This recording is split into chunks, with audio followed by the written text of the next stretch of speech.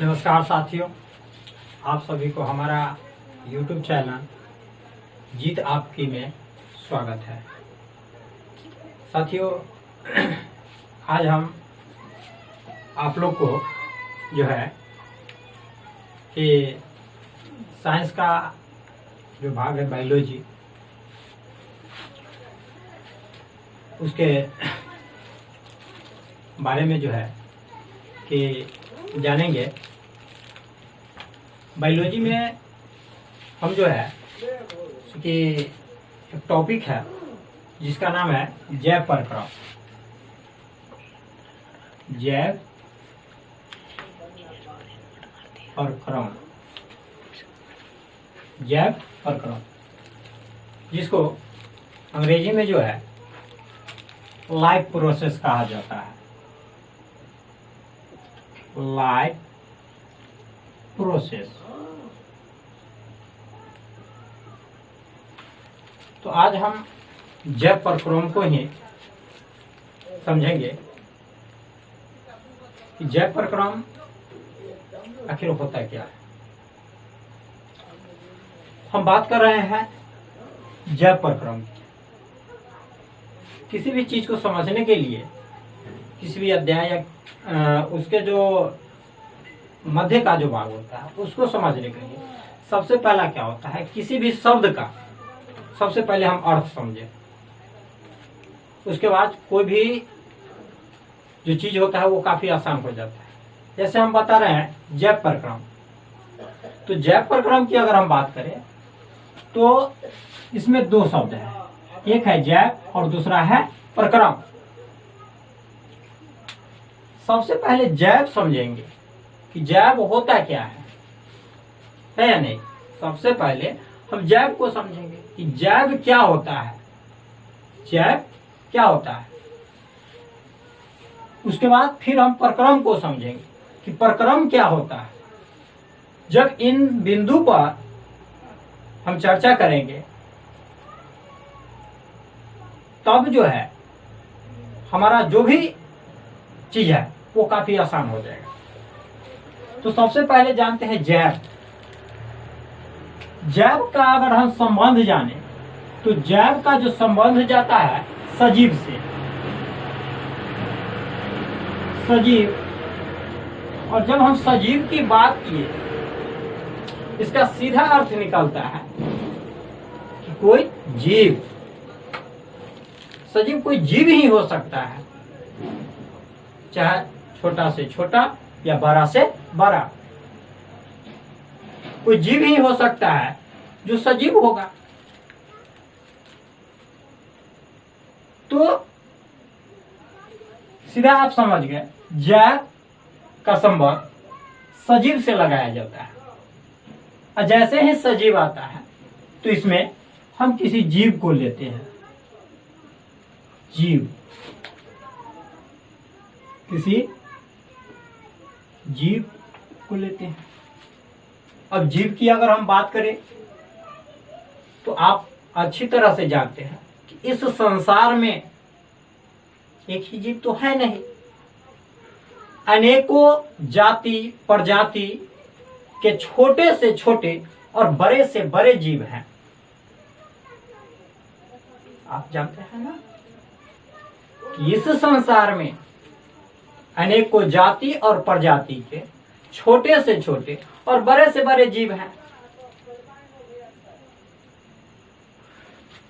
तो हम समझ गए कि जैव क्या है। जीव, बहुत सारे जीवों की संख्या है। आप जीव के जैसे ही अब हम चर्चा करेंगे आप समझ जाएंगे हम भी क्या है, एक जीव है। एक चींटी को लेते हैं, वो भी क्या है, जीव है।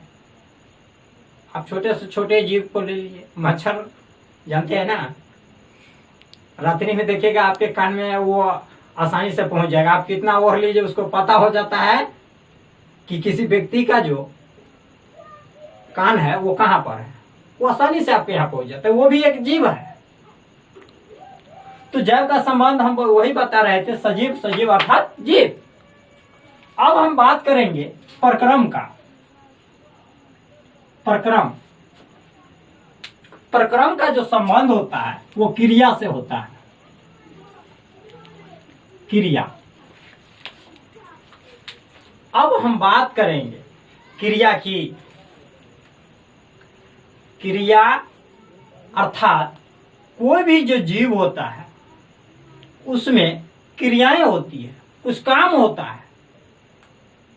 अब कहिएगा काम क्या होता है, जीव में क्या काम होगा? तो जितने सारे जीव हैं इन सभी में कुछ ना कुछ जो है काम होते रहता है। चाहे कोई सा जीव हो, सभी में कुछ ना कुछ काम होते रहता है। जैसे हम बात करें, आपको बता दें कि संसार के जो भी जीव हैं वो सब भोजन करते हैं, पोषण करते हैं, है या नहीं? तो जब पोषण करते हैं तो ये तो जीव में क्रियाएं होती है, क्या होती है या नहीं? हम ही तो पोषण नहीं करते भाई। कोई भी जीव को ले लीजिए ना, एक चींटी होता है वो भी पोषण करता है। मच्छर को ले लीजिए ना, वो आपका ब्लड चूसता रहता है, वो भी पोषण करता है। श्वसन सभी जीव करते हैं, प्रजनन सभी जीव करते हैं। तो ये जो भी क्रियाएं हो रही है ये सब क्या है, उसका एक प्रक्रम है। और ये सभी जो है एक क्रमबद्ध चरणबद्ध तरीका से होता है। इसमें हम सारी चीजों को समझेंगे। जैसे पोषण को समझेंगे, पोषण में जो भी प्रक्रम होता है उसको बारी बारी से समझेंगे।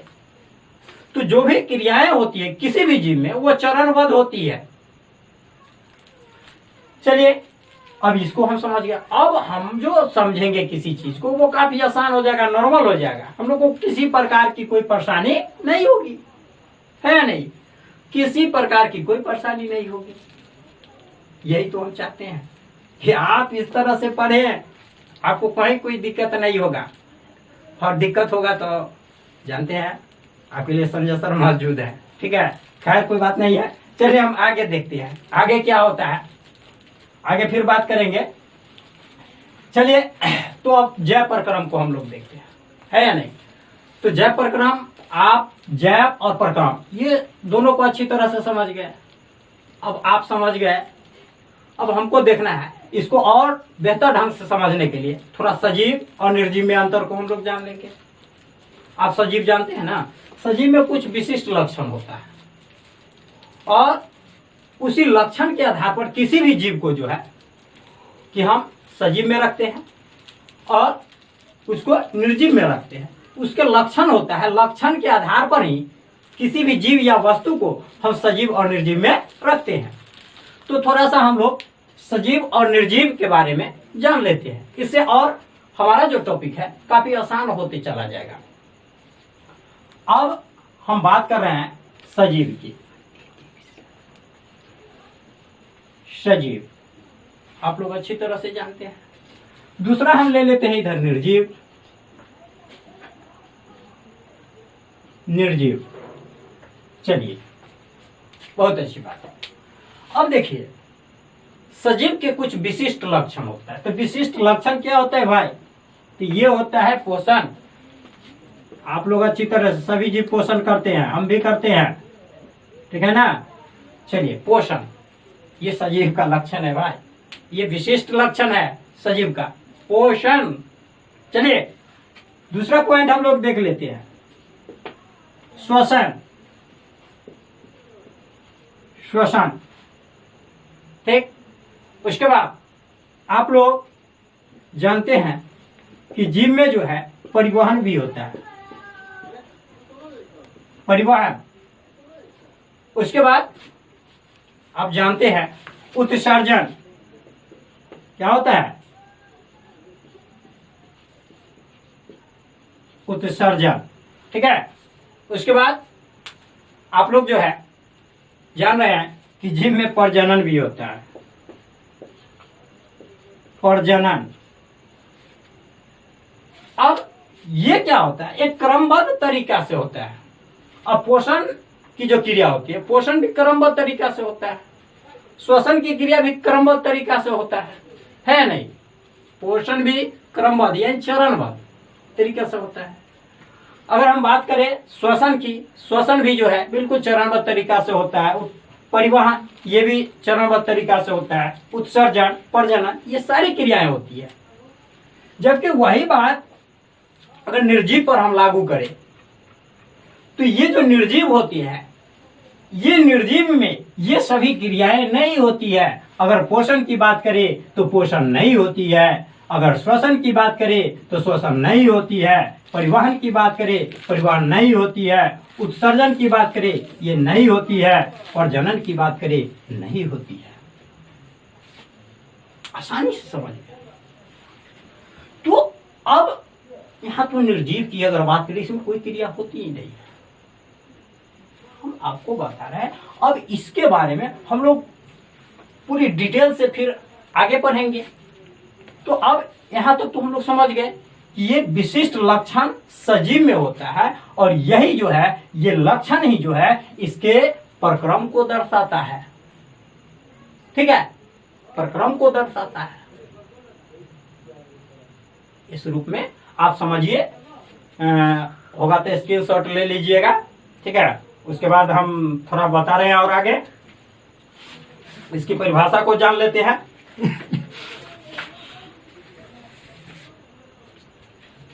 चलिए अब हम आगे देखते हैं। ये तो आप लोग अच्छी तरह से समझ गए, ठीक है ना। अब हम बताएं कि जो सारी क्रियाएं होती है ये सब सजीव में होता है। ठीक है, सारी क्रिया किस में होती है? सजीव में होती है। अब हम जानेंगे कि जैव प्रक्रम परिभाषा, जैव प्रक्रम आखिर क्या है। देखिए इसमें बहुत सारे चीज है जो आपको देखने को मिलेगा, आपको घबराने की जरूरत नहीं है। चलिए तो अब जैव प्रक्रम को हम लोग थोड़ा सा देख लेते हैं। देखिए मेरा राइटिंग तो ज्यादा बढ़िया नहीं है, ठीक है ना, फिर भी कोशिश करते हैं। जैव प्रक्रम जिसको हम लोग लाइफ प्रोसेस भी कहते हैं, अंग्रेजी में लाइफ प्रोसेस। चलिए खैर देखते हैं। तो जैव प्रक्रम क्या कहता है, ध्यान दीजिए, परिभाषा आप स्पष्ट कर देगा कि वे सभी क्रियाएं, वे सभी क्रियाएं, वे सभी क्रियाएं जो सम्मिलित रूप से, सम्मिलित रूप से जीवों में अनुरक्षण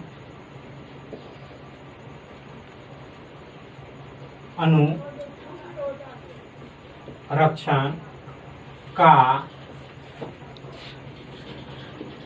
कार्य करते हैं, अनुरक्षण का कार्य करते हैं जैव प्रक्रम, लाइफ प्रोसेस कहते हैं। अब ध्यान दीजिए, अब ध्यान देने वाली बात क्या है, समझिए ध्यान देने वाली बात क्या है। इसमें तो आप वे मैं समझते हैं कि किसी को हम संबोधित कर रहे हैं, तो और सारे बात तो आप समझ रहे हैं, लेकिन इसमें समझने की क्या बात है, हम जान रहे हैं कहाँ पे आपको दिक्कत होगा। अनुरक्षण, ये देखिए मेन यही चीज है। जब इसको हम समझ लेंगे तो समझिए आपका पूरा जैव प्रक्रम ही खत्म हो गया। तो अगर हम बात करें कि जैव प्रक्रम में अनुरक्षण, तो अनुरक्षण की अगर हम बात करते हैं, ध्यान से देखिएगा कि अनुरक्षण, तो अनुरक्षण अब यहां पर समझते हैं सिर्फ अनुरक्षण को, अनुरक्षण, ठीक है। अब इसी को समझते हैं, अब इसको समझते हैं अनुरक्षण। अणु माने क्या होता है भाई? अणु माने होता है बहुत छोटा सा पार्टिकल। अणु माने क्या होता है? बहुत ही छोटा सा पार्टिकल होता है। आरक्षण यानी उसका रक्षा करना, रक्षण यानी रक्षा करना। अब समझते हैं अनुरक्षण को, अब पार्टिकल को समझते हैं। अब हम किसी जीव को यहाँ पर लेते हैं, कोई भी जो जीव होता है उसका जो शरीर होता है वह सबसे छोटा पार्टिकल जो होता है कोशिका, जिसको सेल बोलते हैं, उसका निर्माण सेल से होता है। आप लोग अच्छी तरह से ये सब तो 9th 10th में भी आप लोग अच्छी तरह से जानते हैं, ठीक है ना। तो छोटा सा पार्टिकल यानी सेल से निर्माण। तो मान लेते हैं कि ये कोशिका है, ये कोशिका, ठीक है, ये कोशिका। अब ये कोशिका किसी भी जीव में जो होता है, किसी भी जीव में जो कोशिका होता है एक नहीं होता है। किसी जीव शरीर में कोशिकाओं की संख्या एक नहीं होती है। कोशिका की संख्या जो डिपेंड करता है उसकी आकार पर, ये साइज। जैसे हाथी को देखते हैं ना आप लोग, हाथी ये होता है ना। और यहीं पर अगर एक चींटी को ले ले तो चींटी क्या होता है, समझ माइंड मेकअप कर रहा है ना कि चींटी क्या होता है। तो अब वहां हाथी की अगर हम बात करें तो हाथी एक बड़ा जीव है, तो हाथी में कोशिका की जो संख्या होगी काफी अधिक होगी। और वहीं पे उसके विपरीत अगर हम एक चींटी की बात ले तो चींटी में कोशिका की संख्या क्या होगी, कम होगी। तो वही बात हम बताने जा रहे हैं। कोशिका, किसी भी जीव शरीर का निर्माण किससे होता है, कोशिका से। अब देखिए कैसे होता है निर्माण। तो अगर हम बात करें कोशिका की तो सबसे पहले कोशिका को लेते हैं। कोशिका एक नहीं होता है, अनेकों होते हैं। तो कोशिका के समूह को क्या बोलते हैं, उत्तक। उत्तक के समूह को क्या बोलते हैं, अंग। अंग के समूह को क्या बोलते हैं, अंग तंत्र। तो अंगों के समूह को हम लोग क्या बोलेंगे, अंग तंत्र। और ये जब सारे अंग तंत्र एक साथ मिल जाएंगे तब जाकर एक बॉडी का निर्माण होगा। अर्थात एक बॉडी का निर्माण होगा। भाई ध्यान दीजिएगा, क्या चीज का, एक बॉडी यानी एक जीव का निर्माण होगा। जब सारे अंग तंत्र मिल जाएंगे तो क्या चीज का निर्माण होगा, एक जीव या व्यष्टि का निर्माण होगा। फिर से अच्छा, आपको यहाँ पे जो है कि नहीं दिखाई दे रहा होगा ना। अच्छा चलिए ऊपर लिख देते हैं, हम आसानी नहीं होगी, ऊपर लिख देते हैं। जैसे यहाँ तो अंग तंत्र आप जानते ही हैं, ठीक है ना। अंग तंत्र तो यहाँ दिखाई दे रहा है। चलिए यहाँ पर अब ये जो अंग तंत्र है, ये अंग तंत्र, ये जितने भी अंग तंत्र है ये सभी मिलकर क्या चीज का निर्माण करते हैं, जीव या व्यष्टि का, ठीक है। अब समझिए यहाँ पर फिर सबसे पहले किसी भी जीव का जो निर्माण होता है उसका सबसे छोटा पार्टिकल क्या है, कोशिका। और कोशिका एक नहीं होती है, बहुत सारे होती है। तो ये सारे कोशिका मिलकर, ठीक है ना, क्या चीज का निर्माण करता है, उत्तक का। ये उत्तक भी एक नहीं होते हैं, कई सारे उत्तक होते हैं। ये सभी उत्तक मिलके क्या करते हैं, अंग का निर्माण करते हैं। अंग भी बहुत सारे होते हैं। ये सभी अंग मिलकर जो है क्या चीज का निर्माण करते हैं, अंग तंत्र का। और ये सारे अंग तंत्र मिलके क्या बनाते हैं, एक जीव बनाते हैं। आपको बेहतर ढंग से समझ में आया होगा, ये मेरा पूरा विश्वास है। खैर कोई बात नहीं, आपको और सारा वीडियो जो है कि हम आप लोगों को प्रोवाइड करेंगे। दूसरी बात, आप ये भी समझ लीजिए कि ये तो हम बायोलॉजी पढ़ा रहे हैं, आपको सोशल साइंस का जो भी टॉपिक होगा वो सब भी बता देंगे। साइंस, केमिस्ट्री भी आप लोगों को जो है पंकज सर के द्वारा बताया जाएगा। उसके बाद फिजिक्स भी जो है से कि आप लोगों को पंकज सर के द्वारा बताया जाएगा। मैथ जो है आपको अनिल सर के द्वारा बताया जाएगा। तो आप कहीं नहीं जाइए, हमारे साथ जुड़िए, हम आपके साथ जुड़ रहे हैं। आपका प्यार हमें मिले और हम आपको प्यार देते रहे, यही आपसे उम्मीद रहेगा। और हमारा चैनल पर आप बने रहिए। जय हिंद, जय भारत।